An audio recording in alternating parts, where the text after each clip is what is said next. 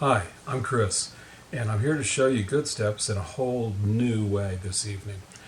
Good Steps typically comes compacted down like this, and you can use it for small dogs. This gives you about an 8-inch tread, 6 to 8 inches of tread space, which is great. And it gives you a 4-inch rise. That's the distance between one step to the top of the next step. 4 inches is easily handled by just about every dog out there.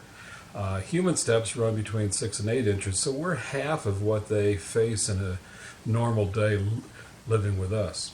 What I'm going to do, though, is try to reduce this down to 2 inches so that small dogs, dogs with bad hips that just can't do 4 inches, can have a good, safe step experience.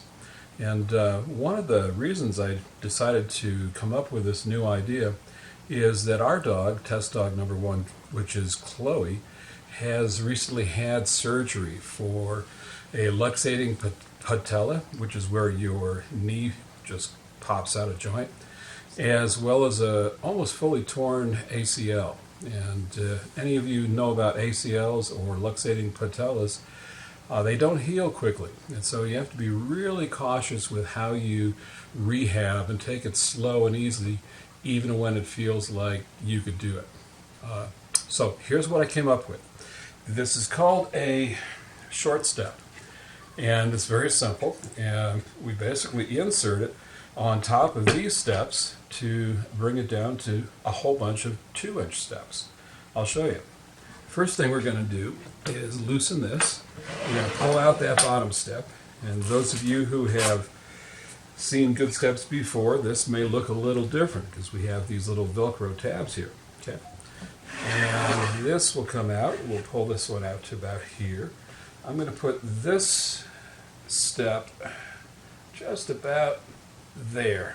Okay, and I'm going to brace this one, which is what we do with our third steps, so they don't, when they get out that far, we just want to make sure that they're really solid. We'll take another one of these. We're going to set it right here, so you still have about the 6 to 8 inch steps going, okay? Pull out another one, get it out to about there, and we want to lock this one down, of course. Actually, let me lock this one down too. I want to make sure these don't go anywhere. The idea is to give Chloe a really solid platform, as much tread as we can, and nothing that moves where she wouldn't want it to move. Okay, so here we have a pretty good platform lineup, and it may not be perfect. You can certainly work with that on your own. And I've also pushed the landing area fully back, so we get the longest slope possible, which makes it as shallow as possible, which makes it as easy as possible. Almost like a ramp, except the one good thing about this over a ramp is this keeps their paws flat, okay? And when you're on ramps, there's a tendency to hyperextend some of those ligaments, and that's not good. So this is all set for her, and I'm going to do a little bit of bribery and see what she thinks of this. Okay, come on over. You got to get on the step to make it work. There you go. Come on up. Whoop, there we go. You missed these two entirely. How about that? Cool. Now what you just noticed there, okay, sit, stay. What you noticed there was when she came up those steps, she used both legs, not as a hop, which a lot of small dogs do, but because they were small steps, she was able to use them one at a time. Come on down.